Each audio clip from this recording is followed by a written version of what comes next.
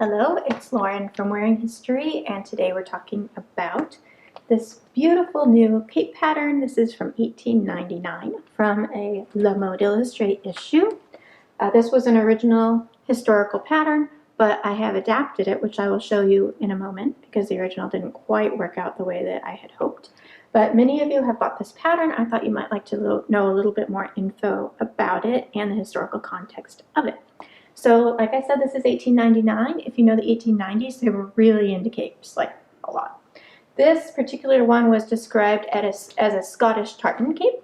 And in English, apparently it was also called a golf cape. Now that was not necessarily for golfing. They would be fashionably worn around town. They would wear them ice skating. They would wear them to all sorts of things, and they would even make them in fancier fabrics for evening wear. So I found this out from the historical context of period publications like newspapers and magazines of the late 1890s. So you could wear something like this starting in like 1895 and continue it through the early 1900s. But this particular fad was very late 1890s, and it had a hood, which makes this unique. So the original hood that this had was very small, and it wouldn't necessarily go all the way on your head. Like I tried it on and it would only come to like here. So I have added an adaptation of a hood that will go all the way to about this point of your head, which would be for fashionable wear. They would put a little, like a hairpin to hold it in place. So you could do that over your period hairstyle, or if you're wearing modern hairstyle, it might be big enough to just not even bother and have the hood stay in place as it is. So let me show you for a moment here something really cool. This is the original pattern that this came off of. If you have ever seen patterns of this period from the Mode Illustree, you will know that they are a series of overlapping lines, and this was taken from one of those pattern sheets. Now the seamstress or tailor, what have you, would take this large antique pattern sheet, which obviously was new back then, and they would trace off the pattern of their choice. So this pattern came from a sheet like this. I have traced the pages off for you, and then the bottom of the cape was drafted from a period diagram because obviously the long length is not going to fit on a pattern sheet like this. So that work has been done for you by me, and in that diagram it showed different types of darts to fit into the neck. Now when I tried this on in the mock-up phase, exactly from the period diagram, I actually just traced it and enlarged it. It did not work. But for those of you that are die-hard historical fanatics, I have included the original neckline, but I've also included an adapted neckline, which will make it fit nicely at your shoulders like you see this one here doing. So it fits very nicely across here and across the back. So here's that really cool hood. The pointed hood was a fad. You see that all the way through the 1940s. It was a really popular shape, kind of, I don't know, it reminds me of a fantasy movie, like the old-timey medieval stuff. Now my pattern, for those of you that do not have it yet, I will show you why this is different and why I have done this instead of giving you the original pattern sheet. It will go like this. So not only have I enlarged it and drafted it and separated for you, but I've also included multi-size. So we have all the way from size small to extra large, which goes up to, I believe, a 50-inch bust. So we have 32-inch bust to 50-inch bust all in the same packet. So you don't need to enlarge it for you. The only thing that you're going to have to do is make sure that it fits your shoulders and your bust the way that you want in your mock-up phase. And I have added seam allowance, so you don't need to do that. But notice at the neckline, I've given you the original neckline shape and also the adapted neckline shape.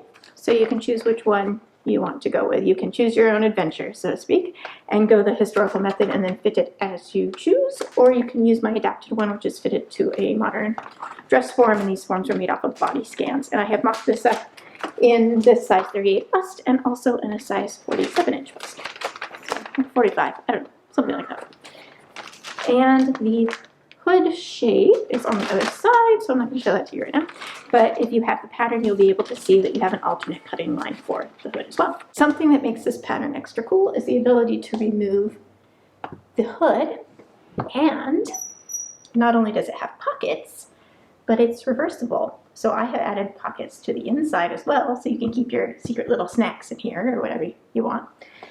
Let me show you how the hood works. So this tab is not included in your pattern. This is something I drafted myself. However, I'm going to include a link below to my blog where you can download this add-on. I have put buttonholes on both sides of this little tab. And like I said, that's not original, but I will include that in the blog. These buttons are attached to the front of the cape. You will unbutton these buttons. And then there's also one at center back, right here. And you can wear your cape without the hood.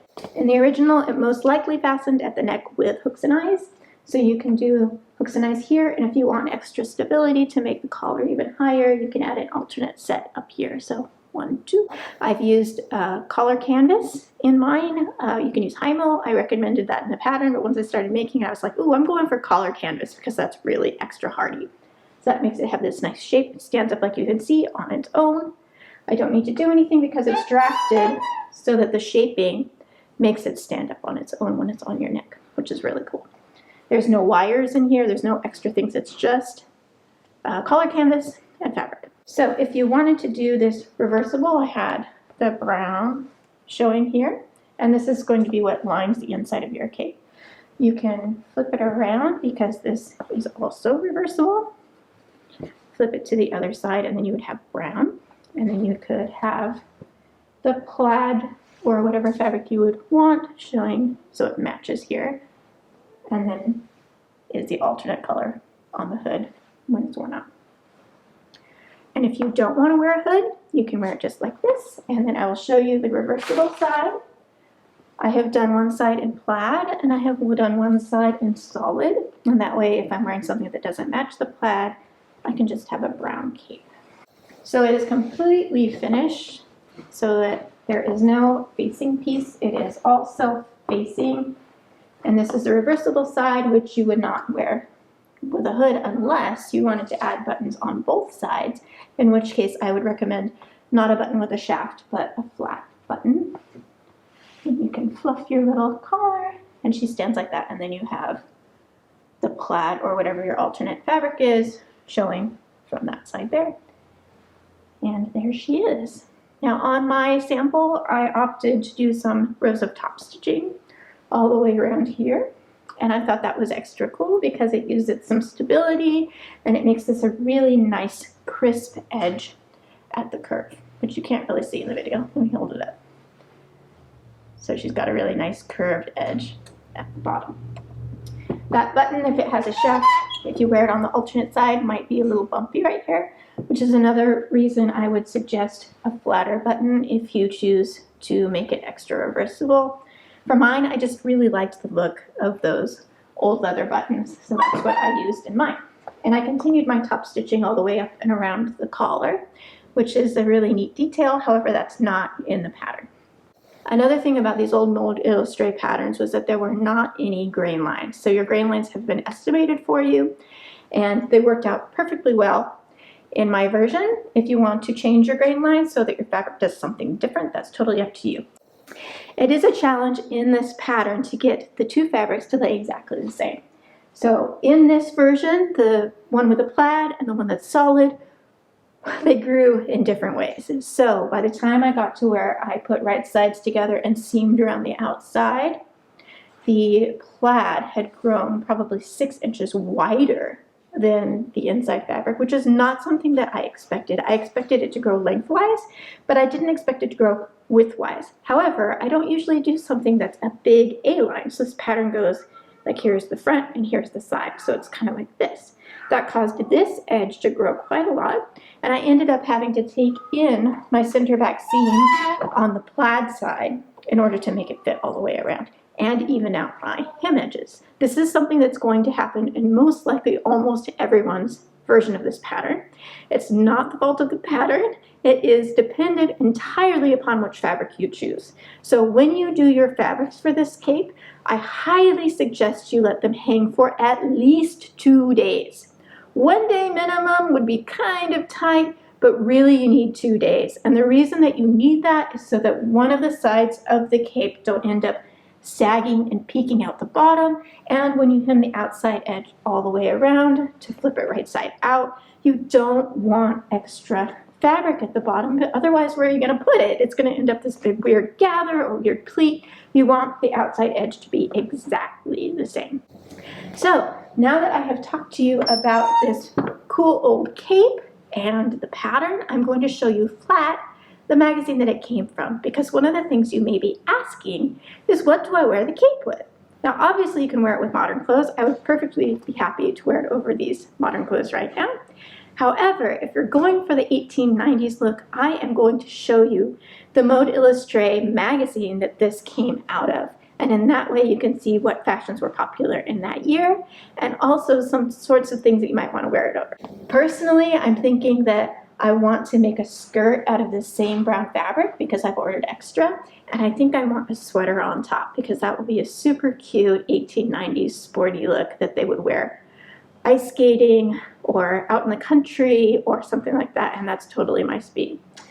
But the magazine shows you dresses and jackets, so I will show you that in just a moment, and you will see what else was in this magazine, and you may recognize a few patterns from ones that are available on my site as well.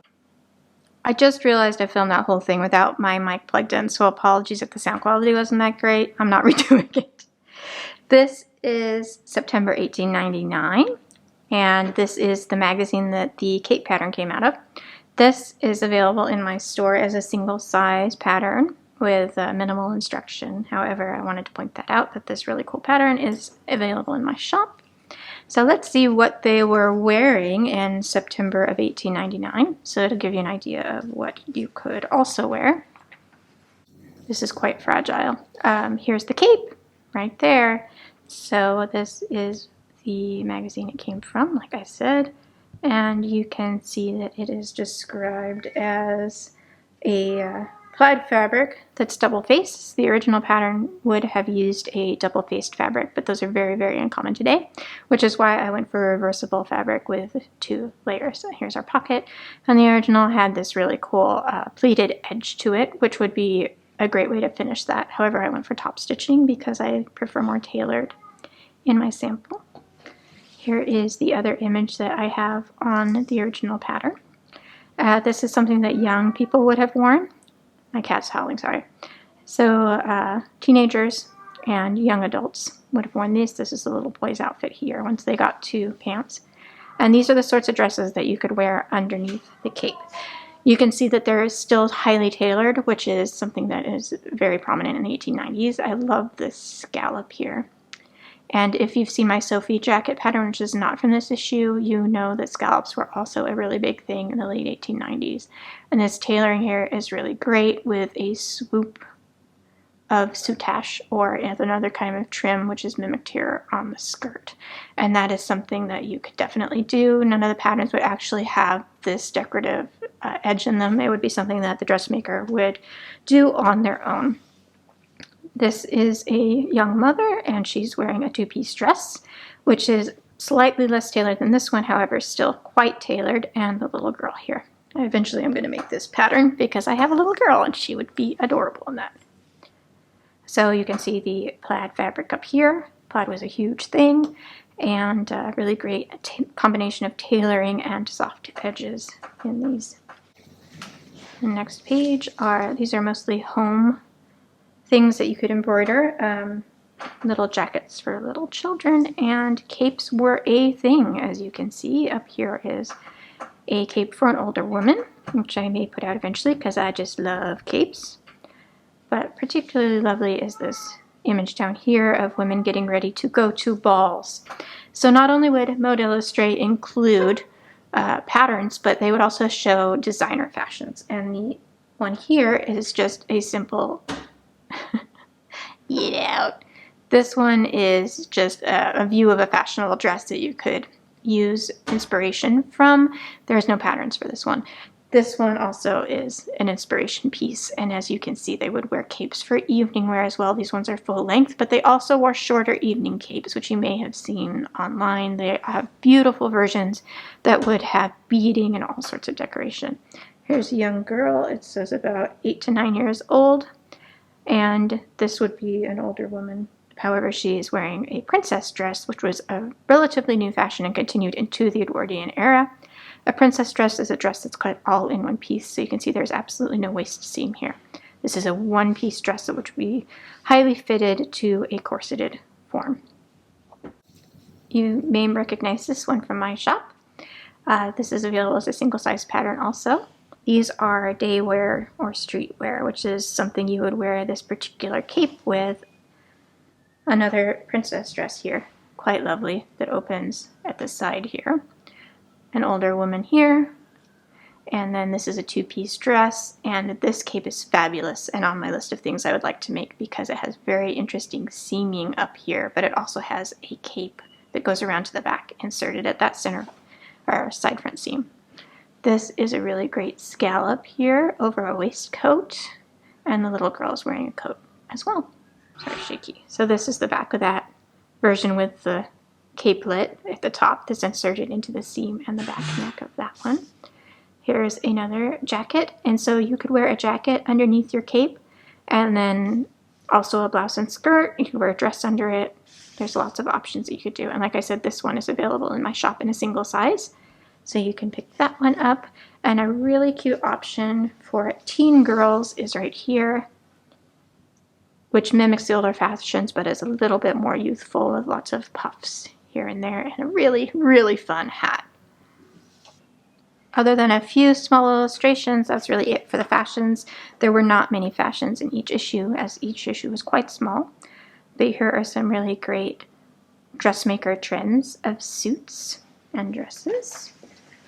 So I hope you enjoyed this look at 1899, and I hope it gives you some inspiration for things that you could wear with your cape pattern. You can find my patterns on wearinghistory.clothing for printed patterns within the USA.